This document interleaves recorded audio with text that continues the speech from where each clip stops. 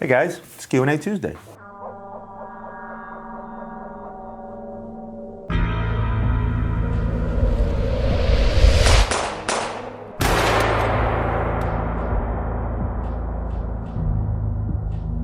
I'm going to dive right into this one and answer a question from Michael T. Hey Roman, awesome content. Keep up the good work. Thank you. What is your view on the Patek 5524, both rose and away gold? And if you can pop those up on the screen, seems like the market has cooled off on that model. Thanks. I'm going to answer this question in regards to Patek as well as some of the other brands that are out there because it applies across a few brands. General rule of thumb, anything new that comes out from Patek, a new model, not a variation of an old perpetual calendar where they bump up one number, let's say they go from a 5970 to a 5270, but something that's new, like the Pilot Watch. When that watch first came out, everybody and their mother was making fun of it. I think Shaman Riz compared it to Zenith travel time. He's like, oh look, it's a Zenith with a Patek Philippe on it. But nevertheless, anything that's new that comes out from Patek, everybody jumps on the bandwagon and they want one. And why do they think they want one? Well, first of all, it's something new. And second of all, they think it's going to be the next collectible that's going to go through the roof, much like some of the Nautiluses or the anniversary pieces they came out. The 5711 in platinum or the 5976 anniversary Nautilus chronograph. That was the bigger model in white gold. The platinum research Aquanaut, which is trading at damn near twice its retail value at this point, right? But not every watch is like that. So you're absolutely right. There's an answer in your question. When they come out of the gate, they're usually hot and then they tend to cool off. Rolex, same thing over the last few years with the exception of what's going on now because Rolex tightened up their production numbers. But before, any new Rolex, any new model of Rolex that came out, it would be high out of the gate and it would sort of come down to that regular discount of what once the market gets enough goods in and evens itself out. If Patek Philippe did what Rolex did with these travel times, only made a batch of a few of them, kind of stopped, let the market absorb the very few that they put out, then the collectability would be in place, supply and demand. But Patek doesn't feel like they need to do that because they still sell enough watches through their boutiques at full pop, so they don't have to really worry about it. Rolex is now trying to do the same thing. What they did is they shortened the supply so much that there's a waiting list forever, pretty much, on any steel model out there. So they kind of put a stop to what was happening a few years ago when a new model came out high out of the gate, came down a little bit. Now it comes out high out of the gate and stays high because they're not putting enough supply out there. And Patek really could have done the same thing. Personally, I actually don't like the watch. Doesn't really have a look and feel of a Patek to me, for one. And I wish that if they did come out with that watch, that they did it in stainless steel and possibly have some sort of a bracelet for it. I probably would like it better in a steel on a bracelet, if you guys can imagine that particular watch. In line with the same question is a question from Polar Bear. Hi Roman, I recently found your channel. I've been going through your back catalog. Very much enjoying your content. Thank you. You've done a bunch of vids of Rolex and I was curious, what do you attribute the increase in the pre-owned market to? Rolex had always held their value, but it seems in the last few years, the 2019 sub can sell for many thousands over retail as soon as it walks out of an AD. Has Rolex reduced supply in the last few years, or has demand simply increased due to the rise of Instagram and other social media platforms? Keep up the great work. I look forward to future videos. Again, you kind of have an answer within your question. I've talked about the Rolex stainless steel shortage, and I'll pop up the video there, but you're specifically asking about the pre-owned. Well, when the brand new market goes nuts, what happens to the pre-owned pieces? They naturally go up in price as well. So for someone 5 years ago, a stainless steel sub was not something that was out of reach, but the way it's trading now, the sub or the GMT, it kind of becomes out of reach for a lot of people. You know, a lot of folks out there want to stay within that $10,000 price range. And if the brand new steel watches are trading over their list, $3,000, $4,000, it takes it over that $10,000 mark, they tend to shy away. So what do? They go to pre-owned route to save some money. When that happens, demand increases in the pre-owned market just the same and prices climb up. It's the most natural thing in any business if you think about it. Now, as far as Instagram and social media, of course, they have a big effect on anything out there, not just watches.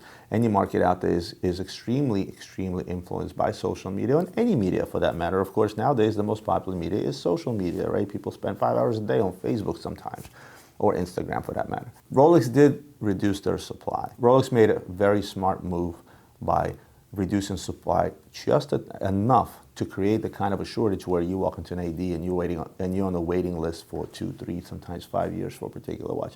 And guess what? That hurts the brand a little bit because people get pissed off, but for the most part, it increases brand value through the roof. And Rolex did a wonderful job in the last year to year and a half, and I can't wait to see what they're going to do for 2019 post the Basel releases. One more thing worth mentioning on that is guys like us, the dealers, also play a small role in the shortage because we buy up all the popular stuff and hold tremendous stocks and we hold prices. So therefore, we do have an effect on that market just the same. Maybe not as big as Rolex decreasing production, but we certainly do have a small effect in that as well. Moving on to the next question. This is a good one from DGB.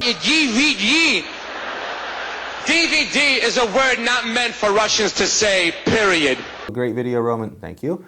Why are box and paper so important nowadays? A decade ago, no one cared about them. Now, in some cases, more valuable than a good quality watch. What is your view on that? Do you think it's a trend or it's here to stay? It is not a trend. It is here to stay, and it's been here to stay for quite a while. Maybe it wasn't just as much in your face anymore because you didn't have guys like me on YouTube telling you how important box and papers are 10 years ago, right? This is how it goes. I'm a collector, and I collect vintage trains, right? If I collect vintage trains, and I don't know crap about vintage trains, I'll be honest with you, but let's say I'm collecting vintage trains, right? If there's a set of trains that comes in a particular box, that comes in particular packages with certain tags and accessories and so on and so forth, how much am I paying for just a couple of trains out of that set versus an entire set with all the accessories and the original box? A lot more, right? Very much the same on a vintage toy market. Same goes for watches.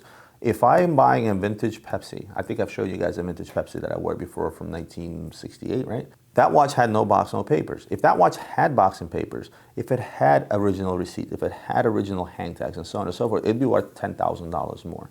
And the reason for that is, once again, supply and demand. You have to consider the fact how many watches out there are complete versus how many watches are out there without the box and papers. There's a lot more vintage older watches that are 30, 40, 50 years old that are there without box and papers, because back then when somebody paid a couple of $100s for a Rolex, they took the box and just threw it the hell out, as they would with much anything else, like a toy for a child, right?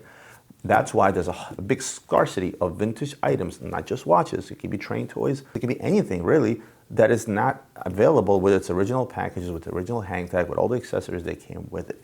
And that's why the watches with box and papers trade for much more. And I'll tell you from a collector's perspective, and even though I tell you I'm not a collector, I sell these things, I don't collect them, but the few watches that I have, I would definitely pay a premium for the Royal Oak that I wear, the A series. If that had box and paper, I'd probably pay an extra 10 grand just to have the original box, the papers, the receipt, maybe the hang tag or whatever else came with that watch, because it just becomes that much more appealing and it's just that much more scarce. Hope that makes sense.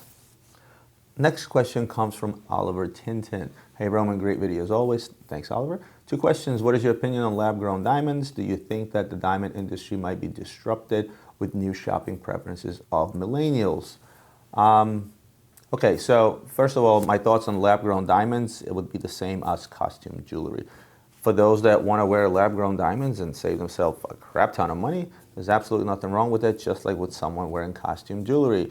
You oftentimes see ladies wear these beautiful gala-like necklaces, something you would see at the Met Gala, for example, at the Oscars, but yet it's plastic, it looks great, it's costume jewelry. They don't try to pass it off as if it's a real $5 million necklace. And again, there's absolutely nothing wrong with that. So my feeling on lab diamonds, for those that choose to go that route and save themselves, again, a crap ton of money, by all means. But specifically with diamonds, there is that element of fakeness I can't help to feel when you tell me about lab-grown diamonds. I mean, real diamonds is a result of millions of years of compression somewhere down in the earth, and they're very rare and they're very difficult to find and so on and so forth. So with specifically lab-grown diamonds, there is that little bit of element of fakeness that doesn't sit well with me. I feel like somebody that's going to get engaged and let's say they want to give someone a 5-carat diamond that's lab-grown, I would rather see that person give them a 1-carat diamond, which maybe because that's all they can afford, but actually give a real diamond because it's symbolic, especially when it comes to marriage and engagement and things like that. So mixed emotions about that one. As far as do I think that the diamond industry may be disrupted with the new shopping preferences of millennials? It's not just the diamond industry. A lot of industries out there are going to be disrupted with the new shopping habits or preferences of millennials. And again, I can't really judge on that. I'm not that familiar with shopping habits of millennials per se. I don't really pay attention to that kind of stuff. But any business out there is going to be affected, or any product or any goods will be out there that will be affected by new shopping preferences by any generation, whether they're millennials or baby boomers or whoever they might be. But you also have to keep in mind that watch and diamond industry is in a very, very, very small market. It's extremely, extremely small, part of which only a group of elite really belong to, again, on an average. And I hate to put it this way, people that buy expensive things and not necessarily group of elite, but I'm simply talking about certain tax brackets, right? Or how well off an individual is. They say the richest people in the world, and I'm talking about the entire world, all 7 billion of us, right? Only 4% of the population make up the most well-off individuals in the world. And that includes someone that makes $100,000 a year. Think about that. Out of that 4%, how many percent do you think actually buy expensive diamonds and watches and some of the things that we sell here? Not a whole lot. So if you consider how small that group is and how exclusive it would be when it comes to tax brackets for people that spend money on this kind of things, I don't think new spending habits by millennials is going to be a huge effect on that. I find one thing to be true.